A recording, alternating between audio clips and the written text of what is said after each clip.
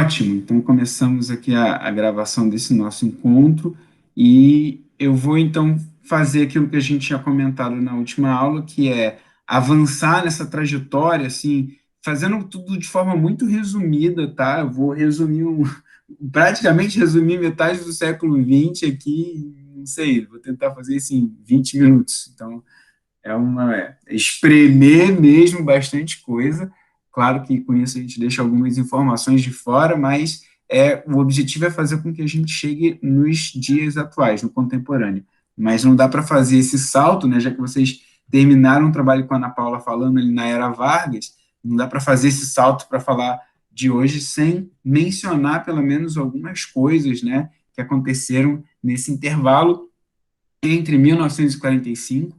1945 termina o governo Vargas, né, daquele primeiro período, a era Vargas, de 30 a 45. Claro, Vargas volta depois como presidente eleito, mas em 46 já é o governo do Gaspar Dutra, né? E também em nível internacional tem uma mudança muito significativa depois de 1945, porque acaba a Segunda Guerra Mundial e a partir dali o mundo vai ser diferente, tá? É um mundo diferente e nesse mundo diferente é que as relações de trabalho que a gente vai estudar, elas começam a ser gestadas, né? Para fazer isso, então, vou recorrer à apresentação aqui, né? Deixa eu ligar aqui o compartilhamento de tela, compartilhar com vocês a minha tela.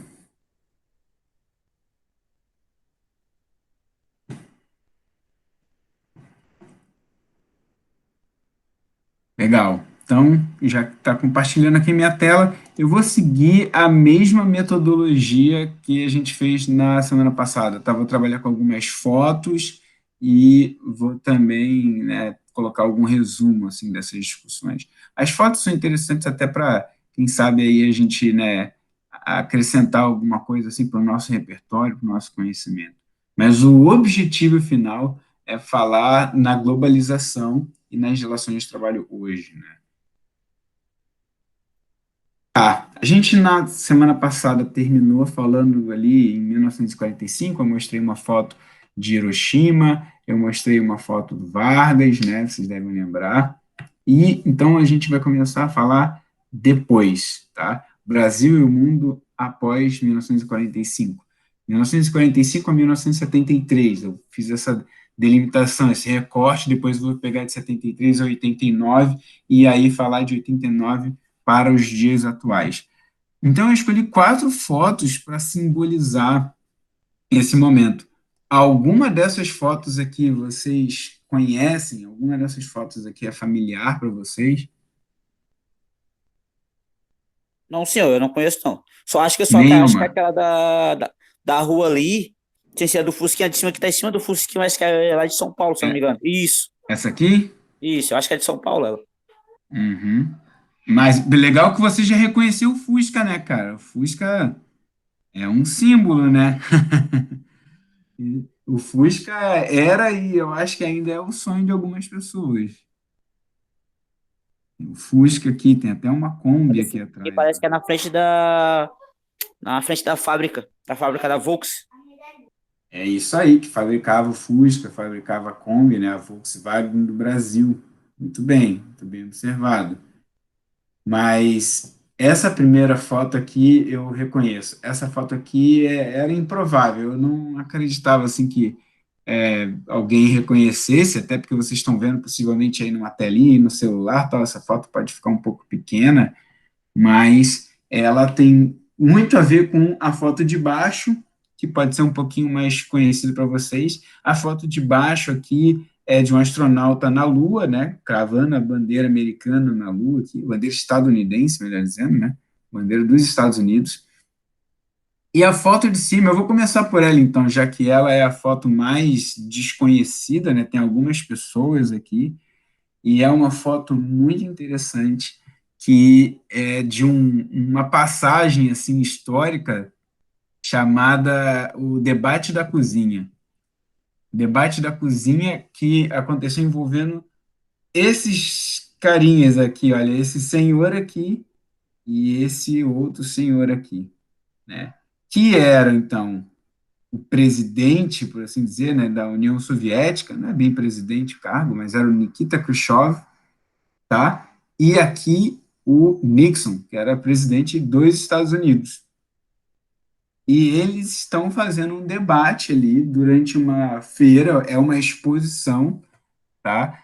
E nessa exposição, cada país mostrava, assim, seus avanços tecnológicos. Espera aí que alguém está pedindo para entrar aqui. Ah, é a Rosana.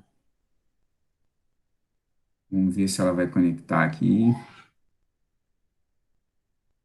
É, eu cliquei em aceitar. Aí, conectou. Oi, Rosana, tudo bem? Bem-vinda. Já começamos aqui, mas vem chegando, tá? Qualquer coisa, gente, vocês, como eu estou vendo a apresentação aqui, eu não consigo acompanhar o chat. Então, se vocês quiserem falar alguma coisa, perguntar, vocês, por favor, usem o áudio, tá? Senão eu não consigo saber. Assim, de vez em quando eu dou uma paradinha para olhar o chat, mas enquanto estiver apresentando aqui, vocês, por favor, usem o áudio.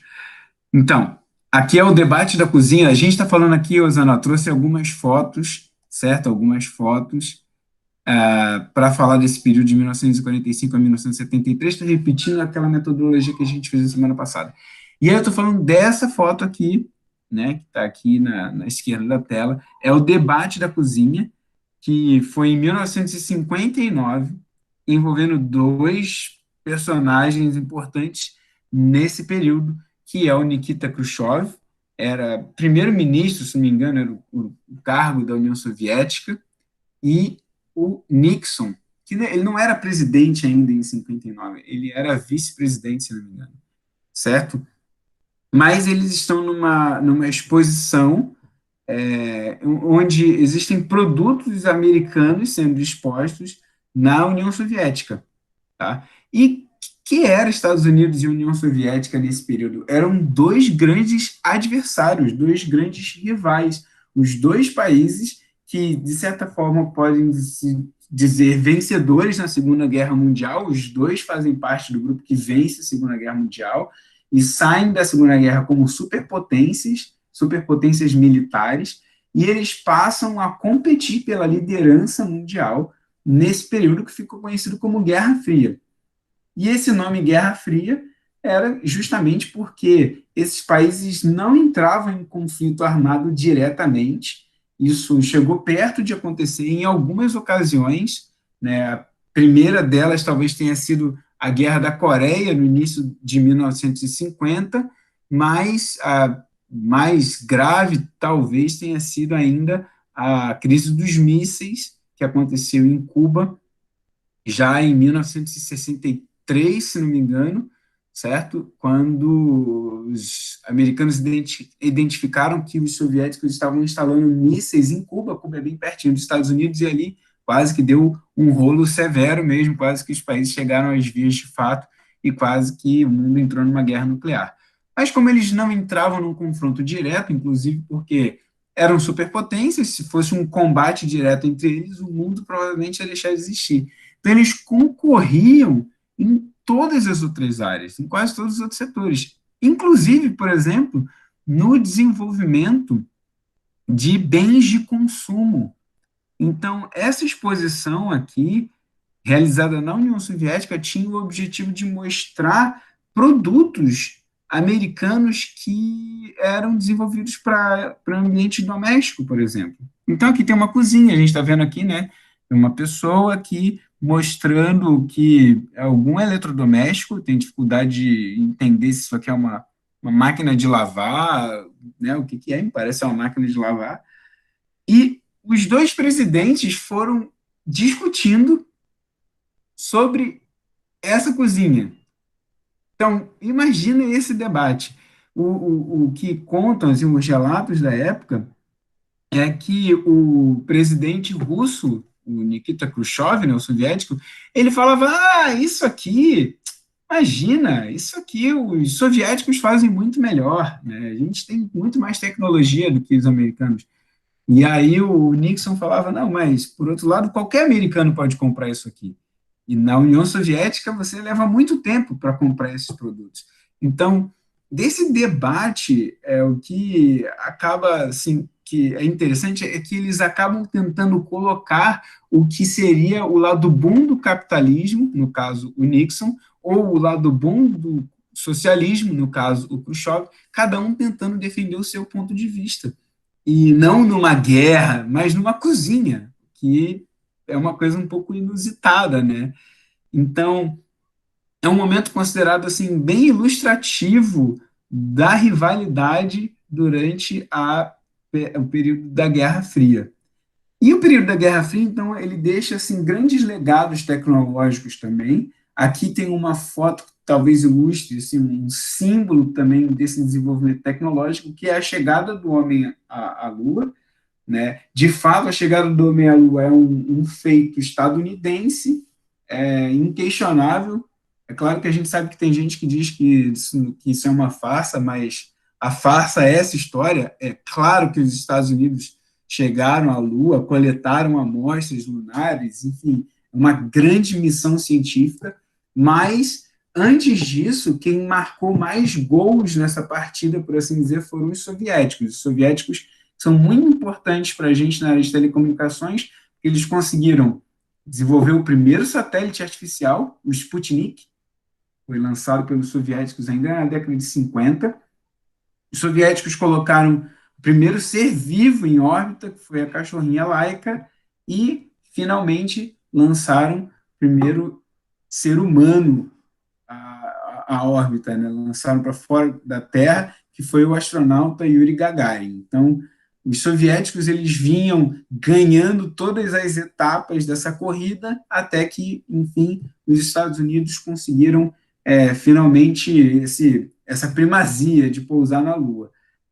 Fora isso, os soviéticos também foram os primeiros a conseguir lançar um objeto e aterrissar em um outro planeta. Então, os soviéticos, eles ainda na década de 70 conseguiram fazer explorações em Vênus. Então, assim, é um período de grande desenvolvimento tecnológico. E esse desenvolvimento tecnológico, especialmente na área de telecomunicações, vai deixar uma base tecnológica que vai trazer mudanças para a economia na Terra, né? Eles todos estavam olhando para o espaço, por assim dizer, mas muito disso acaba também trazendo tecnologias que vão ganhar um uso civil, vão ganhar um uso econômico, como, por exemplo, telecomunicações mesmo, assim, transmissão de dados, como a gente tem, telemetria, né, a possibilidade de medir a distância, sensoriamento, a distância, muita coisa se desenvolve em função dos programas espaciais. Isso para não falar em outras áreas, que eles também vão desenvolver muita tecnologia, os dois lados, né? Tanto o lado soviético quanto o lado estadunidense, tá? Como, por exemplo, a aeronáutica, né? Toda a tecnologia militar, tecnologia nuclear, enfim, a Guerra Fria, que era essa competição profunda, inclusive em Jogos Olímpicos, né, em esportes, eles competiam bastante, traz esse legado também, ser um período de forte desenvolvimento tecnológico. Tá? E isso vai trazer, então, condições para uma mudança posterior da economia. A gente vai retomar isso daqui a pouquinho. Mas eu vou falar então aqui sobre essas duas fotos porque elas falam sobre o Brasil. O Emerson tinha falado aqui que essa foto para ele era São Paulo e não é São Paulo não. É uma cidade que até simboliza melhor esse período do que São Paulo, embora também São Paulo seja interessante, porque São Paulo vai se consolidar como o centro econômico do Brasil nesse período. Mas aqui é uma cidade nova, foi construída do zero para abrigar esse novo momento no Brasil. Eu estou falando de Brasília. Né? Aqui a gente está vendo Brasília ainda na sua construção. A gente tem aqui, estou usando o marcador, não sei se vocês conseguem ver, mas a gente tem aqui o que é chamado de eixão, né? O eixão aqui é o eixo monumental, e a gente tem aqui o eixo da esplanada dos ministérios, certo? Então, aqui é a esplanada dos ministérios. Então, aqui é o centro do centro de Brasília, que é quase que assim, é o Marco Zero, por assim dizer, né? Que é o centro de Brasília, e tem o Teatro Nacional, e é uma cidade que é construída do zero, né, com aquela visão do Juscelino Kubitschek, presidente da época, de modernizar o Brasil. O Brasil tinha que se modernizar e o Brasil moderno era um Brasil industrial. Para isso, por isso a imagem de baixo, o Juscelino Kubitschek vai inaugurar um período chamado de nacional desenvolvimentismo. A frase da campanha do Juscelino Kubitschek era: Brasil precisa avançar 50 anos em 5. E para avançar 50 anos em 5, qual era a ideia?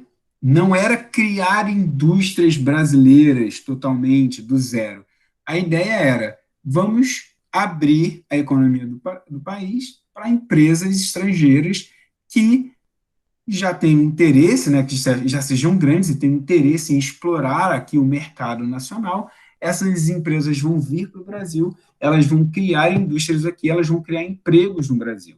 E a ideia é que essas empresas estrangeiras, elas serviriam assim como um incentivo, elas iriam estimular a economia nacional a se desenvolver, e com isso o Brasil ia se industrializar. Ia, sim, ser uma industrialização contando com uma ajudinha de fora, né?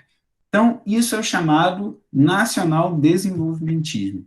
Tá? Para isso tudo funcionar, então a gente tinha que ter empresas estrangeiras, e aqui a Volkswagen é uma delas, é uma que vem para o Brasil nesse período, na década de 50, né? E o automóvel vai ser o grande símbolo desse período de industrialização. Então, a gente pode dizer que a industrialização do Brasil nasce ao redor dos automóveis, tá? Nasce ao redor de empresas automobilísticas. Isso vai, inclusive, como geógrafo, não posso deixar de falar, isso vai moldar, inclusive, o padrão das nossas cidades, que vão ser cidades mais voltadas para automóveis e menos voltadas, por exemplo, para transportes de massa, né, como trens, como metrôs e afins. Então, as empresas estrangeiras, elas vão assumir a responsabilidade por fabricar esses produtos, automóveis ou eletrodomésticos, né? As empresas nacionais, empresas privadas nacionais, elas vão ter um papel também, que vai ser de produzir peças, componentes para esses produtos principais. Então, a gente tem aqui um carro, né? Beleza. Aí o carro precisa de vidro. A Volkswagen não vai trazer vidro de fora, de outro país, e tampouco vai fabricar aqui o vidro que ela precisa. Então, a Volkswagen vai procurar uma empresa brasileira que consiga produzir vidro para os seus carros. Então, olha só, aqui parece uma relação virtuosa, né? É a empresa estrangeira que vem para o Brasil, mas que com isso ela gera uma demanda para as empresas nacionais. Então, o Brasil vai desenvolver uma indústria de vidros automotivos, o Brasil vai desenvolver uma indústria de baterias para automóveis, o Brasil vai desenvolver indústria. Aqui em Santa Catarina, a gente tem a Fundição Tupi, em Joinville, que já trabalhava no setor mecânico, metal mecânico, e passa a fabricar componentes para automóveis, passa a fabricar peças para carros. E ainda hoje existe, tá? Dessa maneira. Então, dessa forma, a gente vai ter empresas brasileiras se combinando com empresas estrangeiras em setores industriais.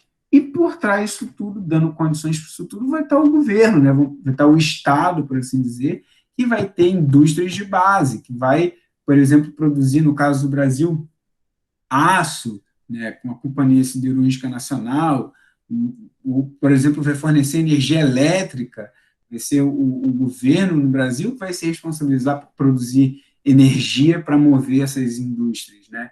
A gente vai ter a construção de hidrelétricas, e então isso vai fazer uma combinação de três setores, por isso que a gente fala em tripé econômico: governo, ou Estado, né, mais precisamente, empresas privadas e empresas estrangeiras. Então, para resumir aqui, que nosso resuminho, a gente nesse período vai ter a chamada bipolaridade geopolítica, que força o alinhamento de países a um dos lados, ou o lado dos Estados Unidos ou o lado da União Soviética. Essa disputa entre essas superpotências vai produzir grandes avanços tecnológicos. Uma coisa importante que eu acabei não mencionando, né? Os países capitalistas centrais, eles vão viabilizar também que essas empresas multinacionais saiam dos seus países de origem para criar indústrias nos países chamados subdesenvolvidos, que é como esses países pobres ficam conhecidos depois da Segunda Guerra Mundial, entre eles o Brasil. Então, com isso, alguns desses países subdesenvolvidos vão se industrializar. É o caso do Brasil, é o caso da Argentina, é o caso do México. Na Ásia, a gente vai ter os tigres asiáticos. Então, olha que coisa interessante, porque até ali, 1950, a ideia era que esses países eram pobres, inclusive porque eles não tinham indústria. Então, esses países passam a ter indústria, que é uma grande novidade. Por outro lado, depois de um tempo, as pessoas vão perceber que isso não vai alterar as condições sociais de maneira tão profunda. Então, eles vão ficar conhecidos como países subdesenvolvidos e industrializados, porque a desigualdade social ainda vai ser uma marca desses países, principalmente no caso da América Latina, né? E aqui no Brasil, então, a política do nacional-desenvolvimentismo, que vai ser iniciada por Juscelino Kubitschek, vai ser assim, a materialização dessa dinâmica, né, onde a gente vai ter Estado, empresas privadas nacionais e multinacionais combinadas num arranjo econômico. Essa política ela foi mantida pela ditadura militar e começou em 1964 no Brasil, mas não foi um fato exclusivo do Brasil. Outros países da América Latina também tiveram ditaduras militares, na Argentina, no Paraguai, no Uruguai, no Chile. Então, isso eu acho que não é uma coisa, assim, uma excepcionalidade, né? Fazia parte de um movimento maior. E aqui no Brasil, a gente então ficou entre o milagre econômico e a repressão social.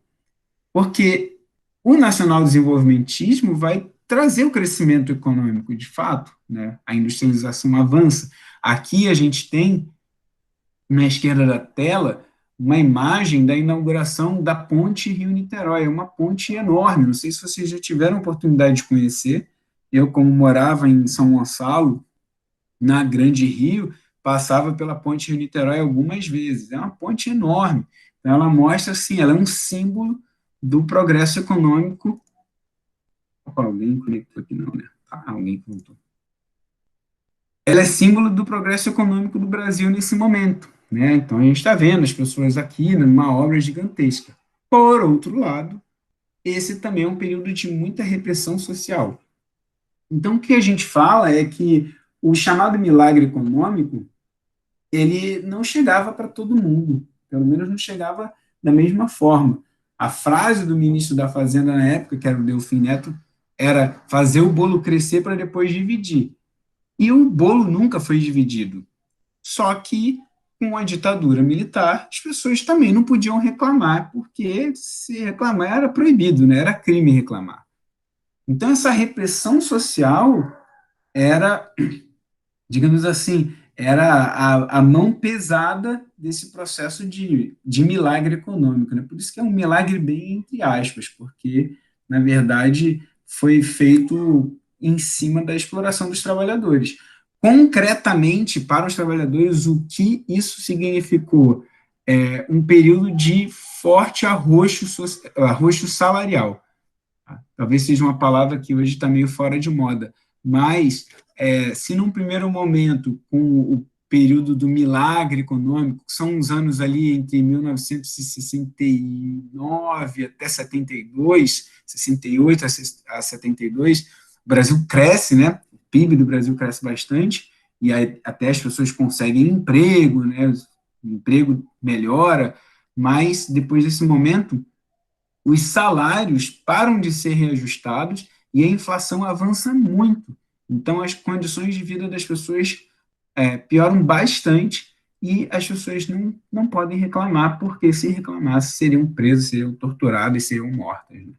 Então, é essa situação que o Brasil chega até ali, mais ou menos, 1973, quando um novo baque, né, grande transformação vai começar também num nível internacional. Pergunta, dúvidas até aqui? Deixa eu vir aqui no chat. Ué, olha, Emerson já está ouvindo aí? Está conseguindo me ouvir? Sim, professor. Eu tive que sair e entrar de novo. Tá joia. Tá. Tudo bem, tudo bem.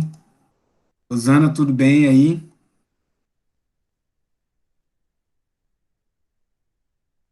Maravilha, maravilha. Então, a gente vai seguir, a gente passou o primeiro período, né, eu falei que ia espremer quase que meio século aqui em 20 minutos, já passou a primeira parte, vamos lá. Eu falei que a partir de 1973 vai ter uma mudança, não só no Brasil, mas vai ser uma mudança global, e essa mudança vai vir assim por diferentes elementos, né?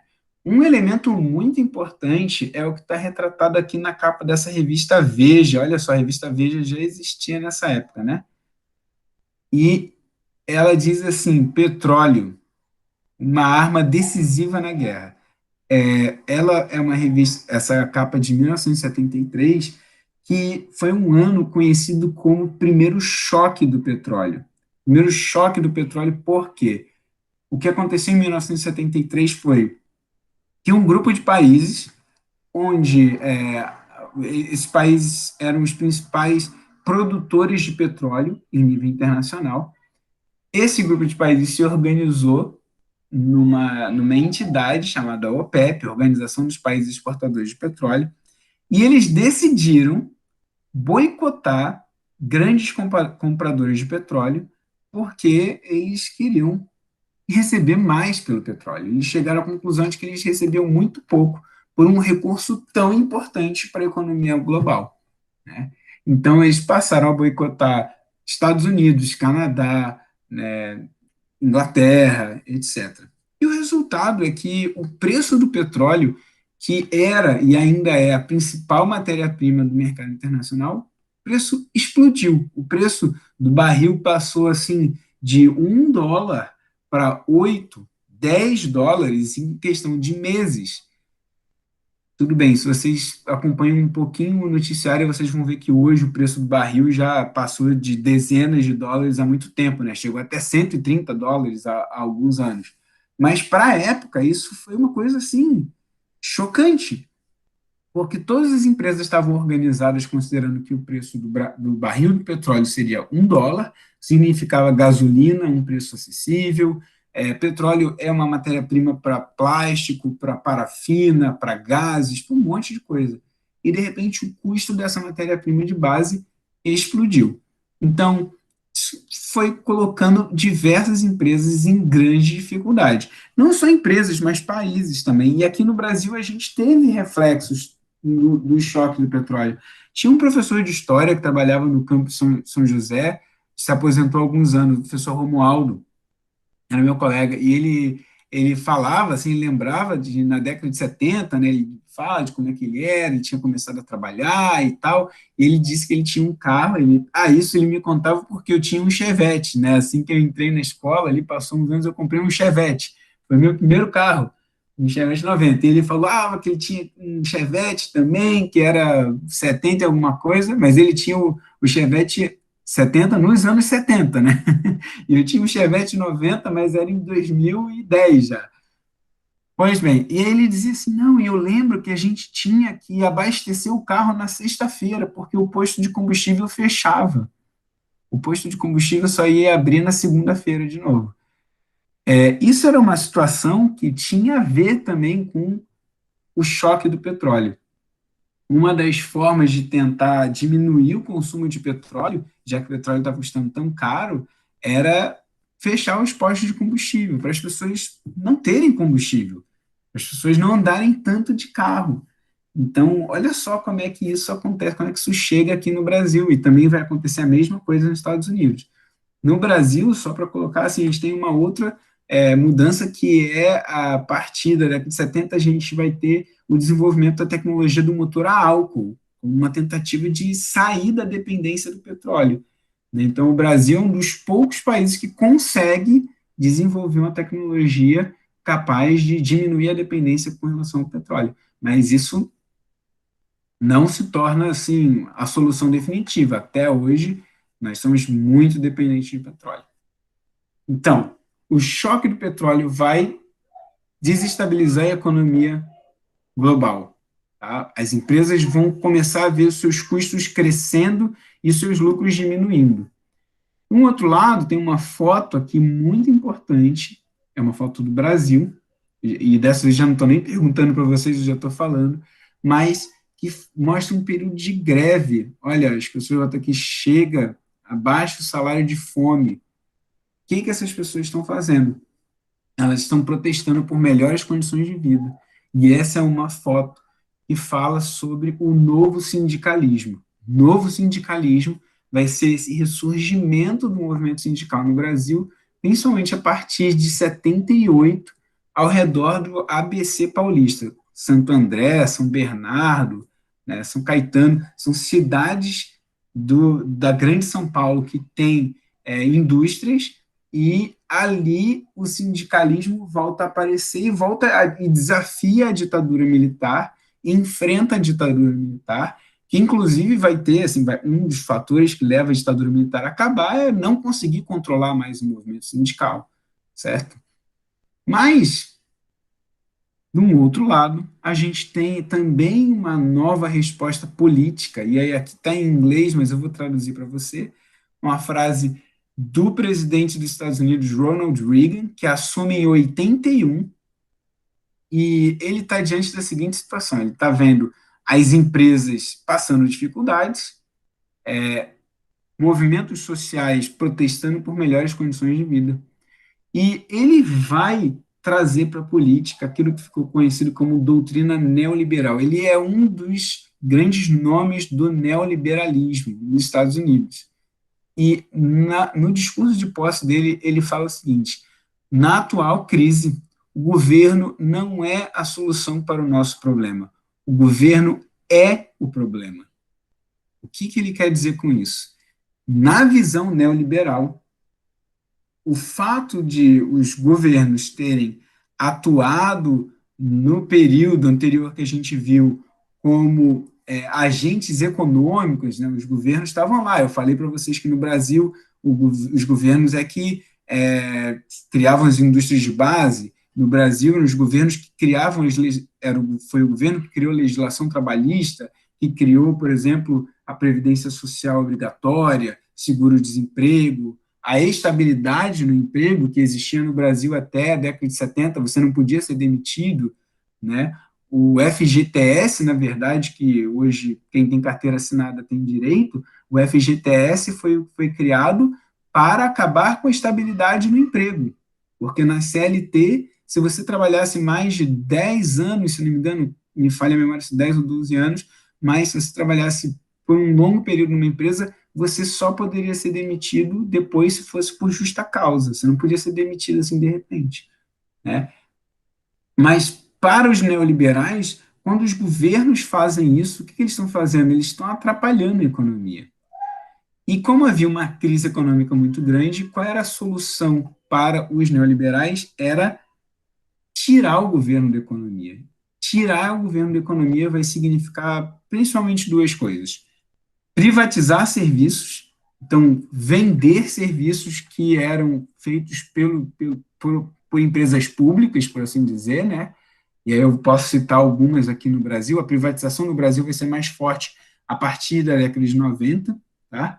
Mas para a nossa área aqui, né, de telecomunicações, a privatização do sistema Eletrobras é o grande exemplo, né? Hoje a gente tem as operadoras de telefone, tem a Oi, tem a TIM, né, tem a Claro, mas antes havia um monopólio do setor de telecomunicações e era o monopólio da Embratel, do sistema Embratel e de outras empresas de telecomunicações locais. Então a gente tinha uma ou outra empresa pública em alguns outros lugares. Então isso foi tudo privatizado.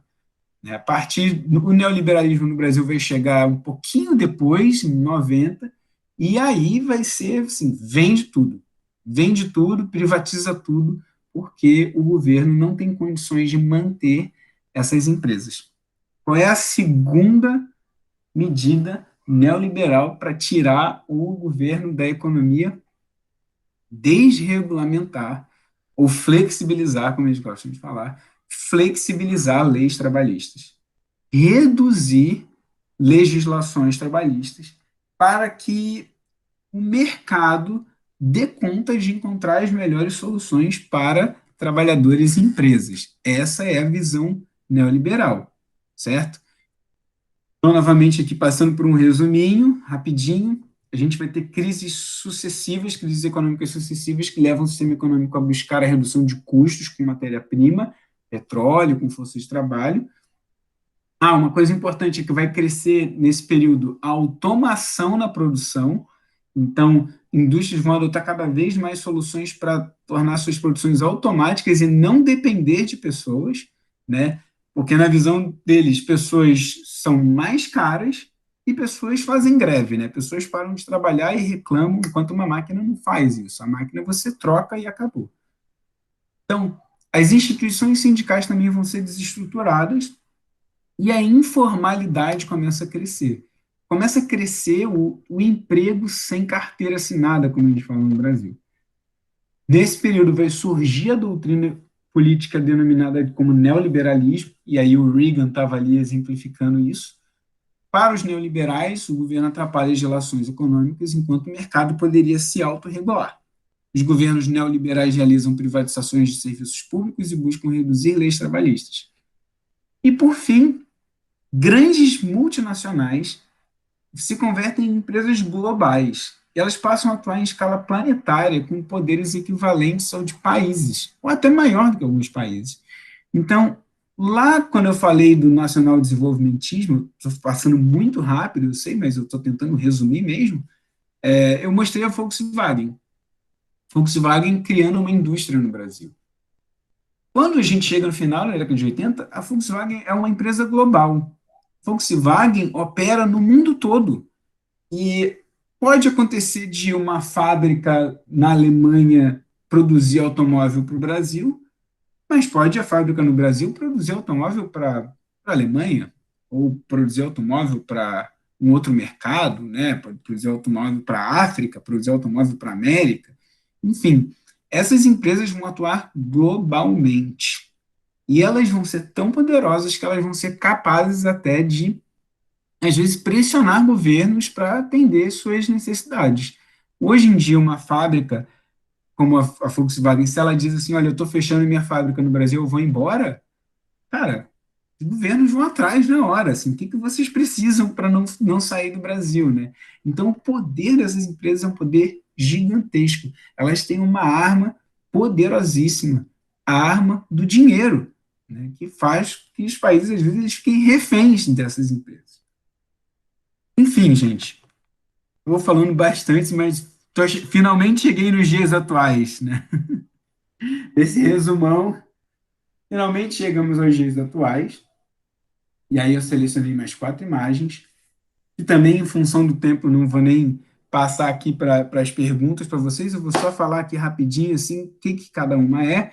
A gente tem uma imagem aqui da queda do Muro de Berlim, tá? Queda do Muro de Berlim em 89, que simboliza o fim da Guerra Fria, o fim daquele período de disputa entre União Soviética e Estados Unidos, e o início do período que, para alguns, seria de uma relação multipolar, onde a gente teria Estados Unidos, Europa, Japão, vários centros econômicos, a China depois, mas, em termos militares, é a hegemonia estadunidense. Todo mundo sabe que não dá para brigar com os Estados Unidos, né? O poder dos Estados Unidos é muito maior do que dos outros países, então os Estados Unidos não tem um rival.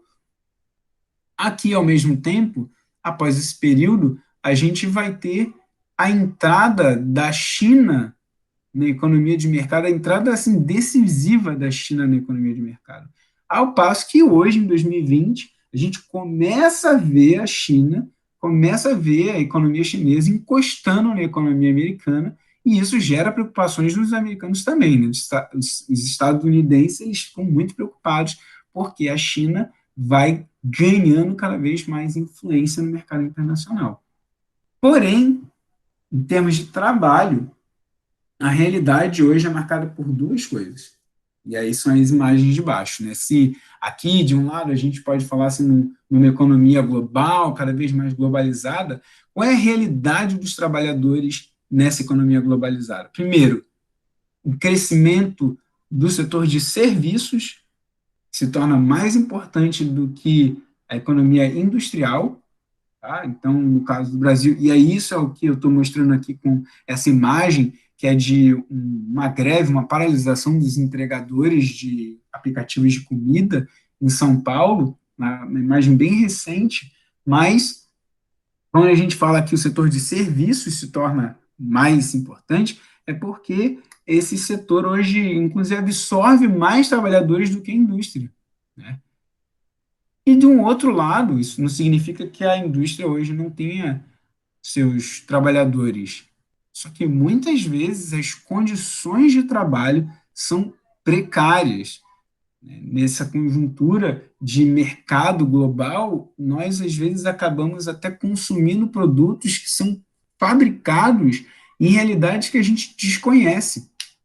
A gente só recebe esses produtos que eles são, né, produzidos às vezes por empresas globais que estão procurando o menor custo possível e às vezes o menor custo possível significa utilizar mão de obra infantil, né, trabalho análogo à escravidão, pessoas que não têm nenhuma legislação por trás protegendo elas, pessoas que trabalham 8, 10, 12, 16 horas consecutivas e com isso fazem produtos muito baratos que, na prática, só são baratos para a empresa que produziu, porque quando a gente vai comprar é caro para caramba, né? Então, isso tudo com o objetivo de aumentar a margem de lucro dessas empresas globais.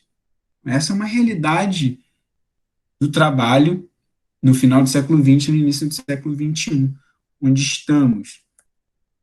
Então é isso, esse panorama final com a queda do Muro de Berlim, nós saímos da bipolaridade para essa hegemonia estadunidense ou uma multipolaridade, falam muito na palavra consenso de Washington, que seria a ideia de que o capitalismo é o sistema que venceu e só resta se adaptar a ele, né? A União Soviética, que defendia o socialismo, perdeu.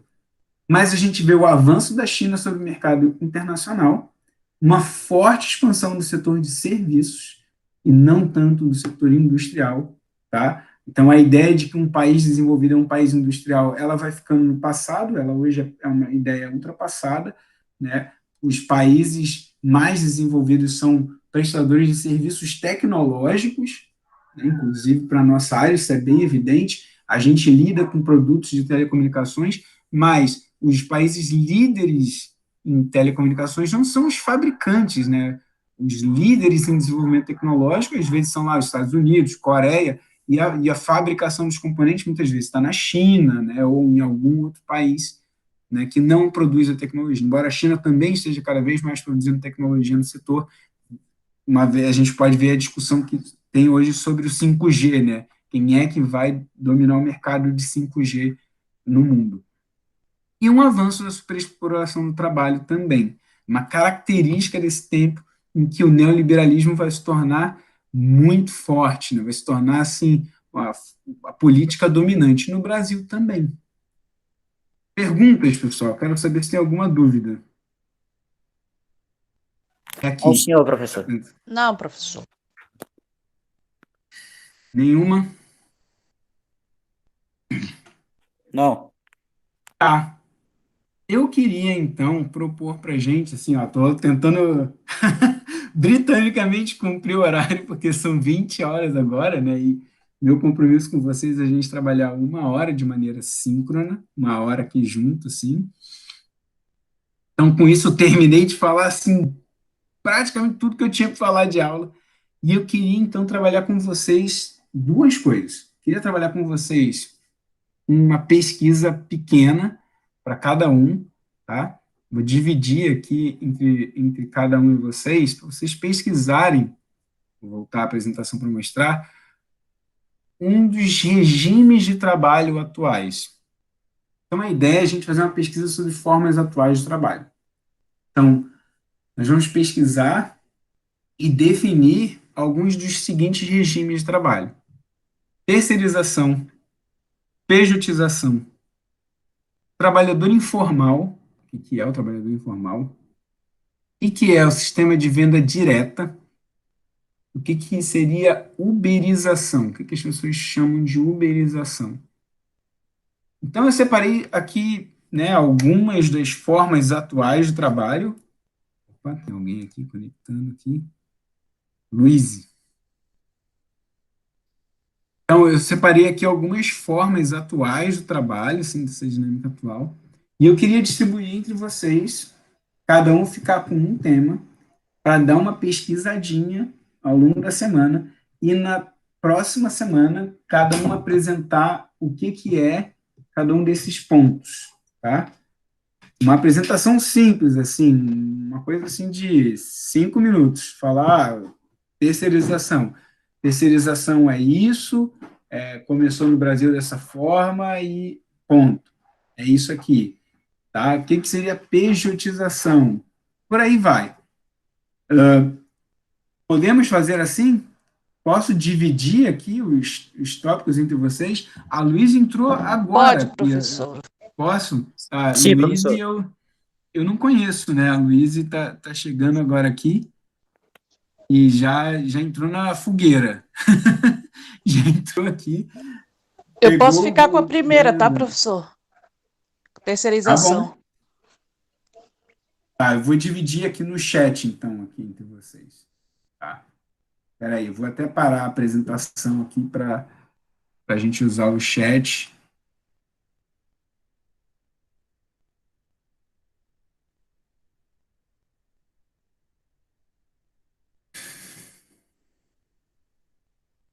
Pesquisa. Então, a Rosana vai pesquisar sobre terceirização.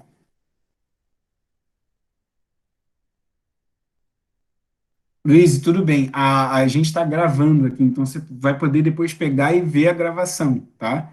No YouTube e tal, você vai poder ver para ver como é que foi a apresentação aqui. Ainda tem a Alessandra e Evelyn. Elas não estão aqui, tá? Elas vão ter que me procurar depois, tá? Para a gente encaminhar o trabalho delas. Quero saber aqui entre vocês, alguma preferência? A Osana já saltou na frente e disse que ia fazer a pesquisa dela sobre terceirização. Quem mais? Vocês têm alguma vontade ou eu posso distribuir, eu pego e eu coloco um tema para cada um? Para mim, de boa, você pode distribuir se quiser, professor. É? Então tá, então vou distribuir aqui de acordo com. Claro, mas eu vou postar aqui, tá? Vocês vão ver no chat, ó. Só tá o nome da Osana ali com terceirização. O resto tá livre. Tô deixando aqui livre escolha.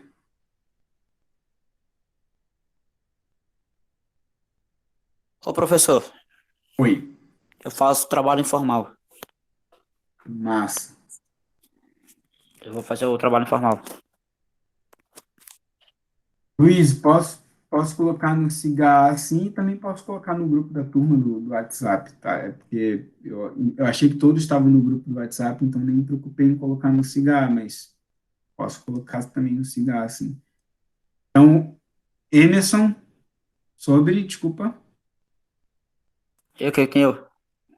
Então, qual é o tema que você escolheu mesmo aqui? Trabalho informal. Trabalho informal, Emerson. Legal. Maísa, sistema de venda direta. Eu, inclusive, tive um projeto de pesquisa aprovado sobre isso recentemente, mas depois, se você precisar de alguma ajuda, pode falar comigo, tá? Luiz, eu vi que você colocou aqui sobre trabalho informal, mas será que eu posso colocar você para pesquisar o que hoje chamam de uberização? Pode ser? Esse trabalho com aplicativos, tá?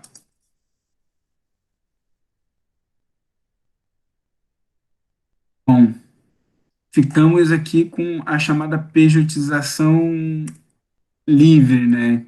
Então, quem sabe depois eu falo com a Evelyn, com a Alessandra, e ainda procuro mais alguma categoria de trabalho atual, assim, diferente do trabalho. CLT para pesquisa. Ah, que bom, você está no grupo do WhatsApp também, então eu posso colocar o link lá. Então, gente, além dessa pesquisa, eu vou recomendar um vídeo para vocês, tá? Para a gente não precisa ver o vídeo junto, como a gente talvez fizesse em aula, mas é um vídeo muito importante, muito interessante. É um vídeo documentário que se chama Encontro com Milton Santos, ou O Mundo Global Visto do Lado de Cá. Já tem alguns anos, tá? Tem no YouTube, tá inteirinho no YouTube, e eu queria que vocês vissem um pedaço. Claro, quem quiser ver tudo, fica à vontade, mas eu vou recomendar para vocês um pedaço. São 25 minutos, 25 minutinhos. Tá? É um pedaço que vai contextualizar um pouco essa questão do trabalho na globalização. A ideia é a gente conseguir entender como a globalização, ao mesmo tempo que ela é mostrada como uma grande oportunidade, né, de um mercado global, mas ela também, na prática, tem sido um processo de bastante precarização do trabalho. Então, a gente tem essa dualidade, né? Tem um lado, parece sim uma coisa fabulosa, e também um lado bastante cruel. E aí eu vou colocar o link para vocês lá no grupo do WhatsApp, vocês podem ver, e vou recomendar, o trecho é do início até 25 minutos. Quem se empolgar e quiser ver até o final, beleza. Mas aí a gente volta na próxima aula, a gente comenta a partir do filme, né? E vamos fazer então essa apresentação aqui dessa pesquisa sobre o trabalho, né? Essas classes de trabalho contemporâneo. Ficou alguma dúvida, pessoal, de hoje aqui?